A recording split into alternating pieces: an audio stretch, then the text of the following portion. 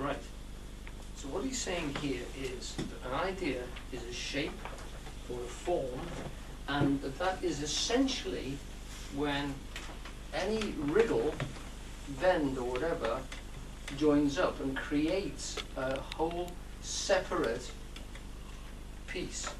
Now, he talks on the talk about a children's toy, which I tried to make this afternoon, and because I'm going to try and show it to you, we couldn't get it to work, B and I, earlier on, but I'm going to show you what he talks about.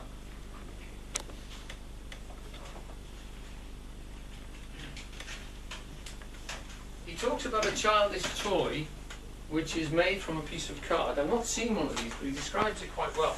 So we tried to make one. He says it's a piece of card. You'll see the drawback to this, on which is drawn the shape of a human head. And then you can play about with this and create the contours. Unfortunately, I've used plumber's chain, which isn't quite as clear as that, to create different shapes and different individuals. And he's describing a childish toy. Can you see that? Is that possible for you to give an idea of that? By changing these contours, you literally give the fellow a completely different attitude and aspect. It's easily done with this. And he described that you can just shake it and it does it by itself. Well, we shook it and we couldn't get it to do it by itself, so we have to pull and draw them and pull them from out. This chain, by the way, has been lying on our telephone table. Instead of doodling, you can actually, it's a very long chain, as I can show you. It's all this comes at the back. It's a plumber's bath chain length, and you just cut it off and make the plug holes on the end of it. And you can draw a shape with it. You can make elephants, and we've done kangaroos and all sorts of things easily. What Eugene's talking about that is characteristic contours make individualistic shapes, so that we recognize ideas by their characteristic contour, whether it's defined or whether it's drawn, and the brain captures these as silhouettes. We see by two modes. We see either, if my head has got a light behind it, you would see the shape of my outline and not my features. You know, if somebody opens the door to you on a dark night, they're just silhouetted because the light is behind them in the hall, and all you see is the outline. You can usually recognize who it is because silhouettes are quite sophisticated.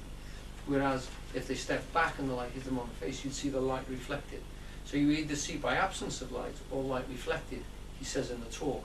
And in both cases, you're seeing contour and silhouette, which is recognizable, sophisticated. You know, there are details in it which are sophisticated enough to make it recognizable. And the thinking is to do with manipulating these images. This is how we recognize ideas. This is how we recognize each other, shapes and forms.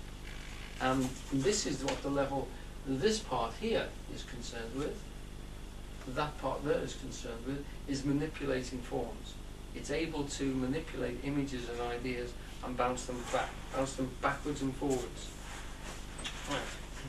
So, moderately successful. You get some really peculiar shapes on this. You know, it's quite good fun.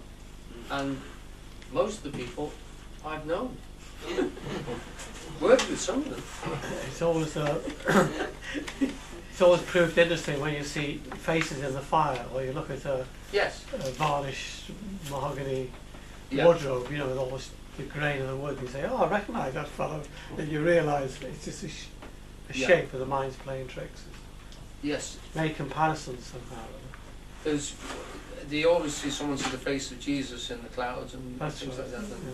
Apparently you can buy a toaster now that does a piece of toast and gives a little sort of shaded pattern of Christ in it. Look, I mean, it does work. Look, it is actually doing it by just literally playing about with that. The problem being, what I should have done was on a piece of carpet or something where it would hold the shape and I could hold them up. We didn't think we'd be able to do it because if we try and get it anything like vertical, it just distorts too much, you know. Okay. In the interval, anyone who wants to play can have a little play with that.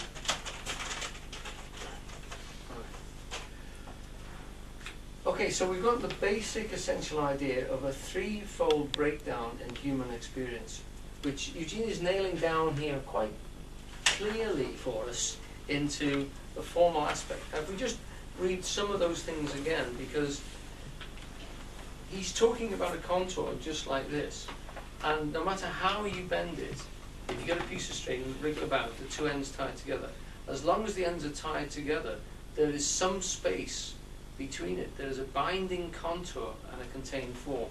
There's the binding contour, the edges, and there's the space which is being contained.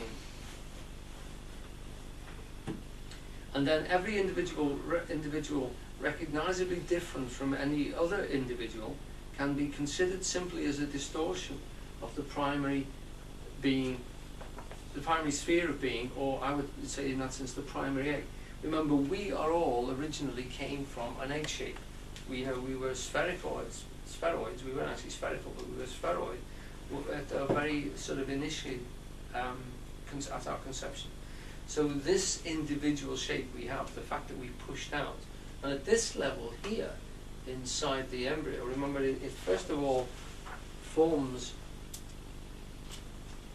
from the joining of the ovum with the sperm goes inside, and then this thing starts to divide. It sort of divides into a whole mass of cells, quite sophisticatedly. And then at a magic point, in terms of, I think it's about a day, it suddenly folds itself. It literally gets a whole crease right down its back, which turns into the spine. It sort of enfolds itself like that, and it traps it traps inside of itself, often fluid, down that central point, and creates a spine right down the inside of it. And in doing that, it already creates a tail end and a head end, like that, between which all the other parts develop, and then it pushes these parts out, and the features grow forwards. The hands grow as little buds and sort of push outwards. So it's like as if you've got that chain, and you've slowly pushed it out from an egg shape, and you've made it more individual, so that the head actually reduces, etc. Remember, when you were born, the head sort of fitted into your body about 4 times, and now most people's head fits into their body about 6 or 7 times. So the head has changed relatively to the rest of your body.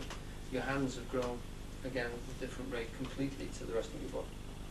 So what we've got here is something which is changing its contour and becoming more and more characterized and more individual. So it's following exactly the form and the theme that Eugene's talking about in that particular extract. It's actually developing and forming itself in quite a distinct sense. Inside here, this realm here is capable of capturing those, memorizing those forms, and playing with them, putting them together and separating them inside the head. The feeling level doesn't do that. The feeling level doesn't have strict edges, it doesn't have contours, and it doesn't have space trapped inside it. What happens with the feeling, in what he described to me, was it's more tidal. What you feel in the feeling level is a movement towards something or away from. It can get quite sophisticated because it can want certain parts of an experience and reject other parts of an experience. But it is still a movement, and ultimately they're either plus or minus. They're either for something or against it. But if, for instance, if you have a relationship with a human being, there will be an overall plus or minus issue for them as a human being or against them as a human being. But within that individual, there will be things that you would rather not have, and things that you're quite pleased that you've got. But there will be lots of other subtle things in between that which you would willingly get rid of, and would improve the situation, but you are prepared to accept the whole being. So the feeling level, it can be sophisticated and can have sort of details, but they aren't shape details. They're pull and push, so they're levels, they're combinations, they're, if you like, amalgams of lots of pull and push situations. Things that you go with and things that you go against, things that you would rather not have in the relation, and things which you're very pleased you have got in. And that builds up to a composite feeling for that particular person.